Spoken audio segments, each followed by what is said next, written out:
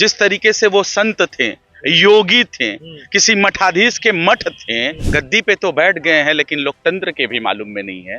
देश के ही भाषा को, उर्दू भाषा को वो मुसलमानों की भाषा समझते हैं और ये उनकी मानसिकता है, ये दर्शाता है। भगवान से मैं यही दुआ करूंगा, अल्लाह से यही दुआ करूंगा कि भगवान उनको सद्बुद्धि दे और जानने की काबिलियत और सलाहियत दे। अच्छा, ये कठमुल्ला शब्द पे जो बवाल मचा हुआ है, लोग बोल रहे हैं कठमुल्ला शब्द से मतलब तो उसकी जो बातें हैं, कठमुल्ला शब्द है क्या, आखिर आप क्या समझते हैं? और प्रदेश में जो गद्दी पर बैठे हुए हैं एक तरह से वो गिद्ध हैं। पूरे देश में जो वक्फ बोर्ड की जो जमीनें हैं, वक्फ का मतलब दान होता है। अगर किसी ने अपने वक्फ किया, दान किया अपनी जमीन को, तो उसको हड़पने की साजिश है। प्रदेश के जो मुख्यमंत्री हैं योगी आदित्यनाथ, उन्होंने कहा था कि समाजवादी पार्टी पे कटाक्ष करते हुए उन्होंने कहा था कि ये जो पार्टी है वो कठमुल्ला बनाना चाहती है, और उर्दू पर भी उन्होंने बहुत ही तीखी टिप्पणी की है। इसी सब मुद्दे पर हमारे साथ हैं राजद के प्रवक्ता आरजू खान जी।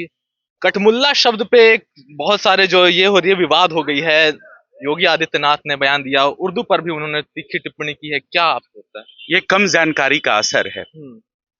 अब प्रदेश के मुख्यमंत्री, उत्तर प्रदेश के मुख्यमंत्री को पता ही नहीं है कि उर्दू भाषा जो है वो हिंदुस्तान की भाषा है और मेरठ के पास से ये पली बढ़ी, पैदा हुई और पली बढ़ी, और यहाँ से पलायन होके वो पाकिस्तान चली गई। तो इसका मतलब ये नहीं कि वो मुसलमानों की भाषा है। तो उनको जानकारी का अभाव है, उनको मालूम नहीं है।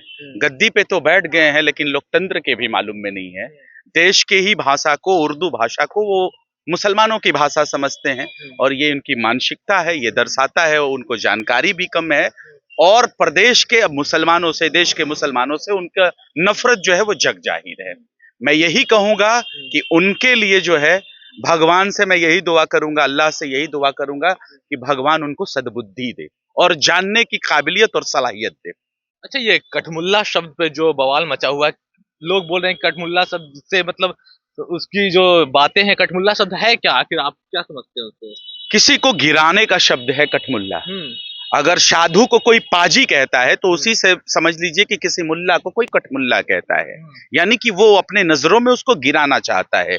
तो ये उनकी मानसिकता है, क्योंकि वो भी तो मैं कह सकता हूं, जिस तरीके से वो संत थे, योगी थे, किसी मठाधीश के मठ थे, मठ के मठाधीश थे, तो उनको भी मैं पाजी कह सकता हूं। लेकिन ये हमारे संस्कार नहीं है। ये संस्कार उनको मुबारक हो। और उर्दू भारत की भाषा है, भारत में संस्कृत से ही मिला हुआ भाषा है।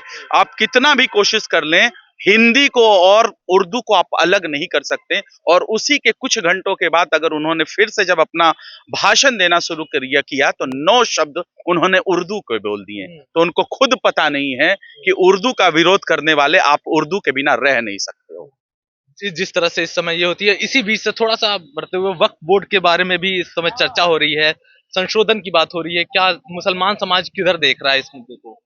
देखिए, मुसलमान समाज हमेशा से जुडिशियली की तरफ देखता है, संविधान की तरफ से देखता है, क्योंकि उसको पता है कि जो देश में या प्रदेश में जो सत्ता में बैठे हुए लोग हैं वो मुसलमानों के साथ वफादारी नहीं दिखा सकते हैं।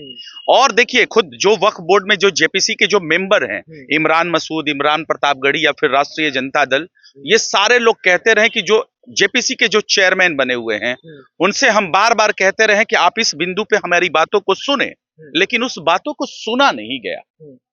और उनके ऊपर जेपीसी के जो अधिकारी हैं उन्होंने उसको थोप दिया।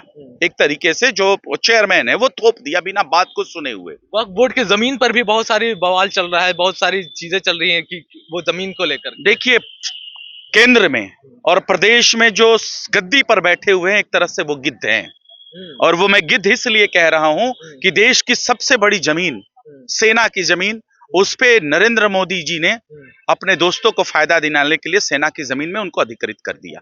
उसके बाद दूसरी सबसे बड़ी जमीन रेलवे की, उसमें भी अपने दोस्तों को उन्होंने फायदा दिला दिया।